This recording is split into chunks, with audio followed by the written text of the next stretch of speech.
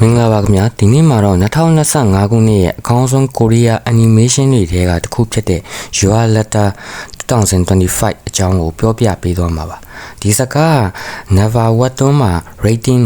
9.98 အထိရရှိခဲ့တဲ့နာမည်ကျော် Webtoon ကိုအခြေခံထားတာဖြစ်ပြီး Studio N နဲ့ Studio Lico တို့ကဖန်တီးထားတာပါကျောင်းတွင်အနိုင်ကျင့်ခံရမှုကြောင့်စိတ်ထရရနေတဲ့ main ကလေးတစ်ယောက်ရဲ့ဘဝတွေကိုထူးဆန်းတဲ့စာတစ်စောင်ရောက်လာတဲ့အခါဘာတွေဖြစ်လာမလဲဒီကားကတင့်ကိုငယ်ဘဝကိုပြန်ခေါ်သွားပြီးနှွေးထွေးတဲ့ခန်းစားချက်တစ်ခုပေးစွမ်းနိုင်မှာဖြစ်ပါတယ်ဇက်လိုက်မလေးဆိုရီဟာအရင်ကျောင်းမှာတငယ်ချင်းတစ်ယောက်အနိုင်ကျင့်ခံရတာကိုကူညီပေးရင်သူကိုယ်တိုင်မှာတားဂတ်ထားအနိုင်ကျင့်ခံခဲ့ရသူပါဒါကြောင့်သူဟာနေမျိုးလေးကကျောင်းတက်တစ်ခုကိုပြောင်းလာခဲ့ပါတယ်ကျောင်းတက်မှာတယောက်တည်းအထီးကျန်နေတဲ့ဆိုရီဟာသူ့ရဲ့စပွဲကုံအောက်မှာကတ်ထားတဲ့ထူးဆန်းတဲ့စာဆောင်ကိုတွေ့လိုက်ရပါတယ်အဲ့ဒီစာဟာသူ့အရင်ဒီခုံမှာထိုင်းသွားတဲ့ဟိုယွန်းဆိုတဲ့ကျောင်းသားစီတာပါစာထဲမှာကျောင်းတက်မှာဘယ်လိုနေထိုင်ရမလဲဆိုတဲ့လမ်းညွှန်ချက်တွေနဲ့နောက်ထပ်စာဆောင်ကိုရှာဖို့တန်းလွန်စာတွေပါဝင်ပါတယ်အဲ့ဒီကနေတဆင့်ဆိုရီယာကျောင်းသားတဲ့ဒုံစွန်းနဲ့တွေ့ပြီးရတနာရှာဖုံတော်လိုမျိုးစာတွေကိုလိုက်ရှာရင်ဘွားရဲ့အဓိပ္ပာယ်တစ်ကို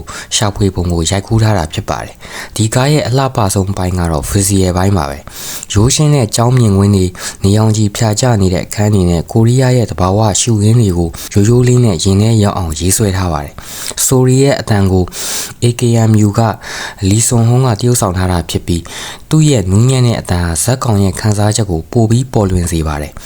ဘူလီယင်အကြောင်းကိုအလေးထားဖော်ပြထားပေမဲ့ဇလန်းကအရန်ကြီးမွန်းကျက်မနေပါဘူးအပြန်အလှန်ကူညီတတ်တဲ့စိတ်ထားနဲ့စာဆောင်ရဲ့အရေးပါပုံကိုပြသွားတာကတကယ်ကို healing ဖြစ်စေပါတယ်ဒီကားကပေးခြင်းတဲ့ message ကတော့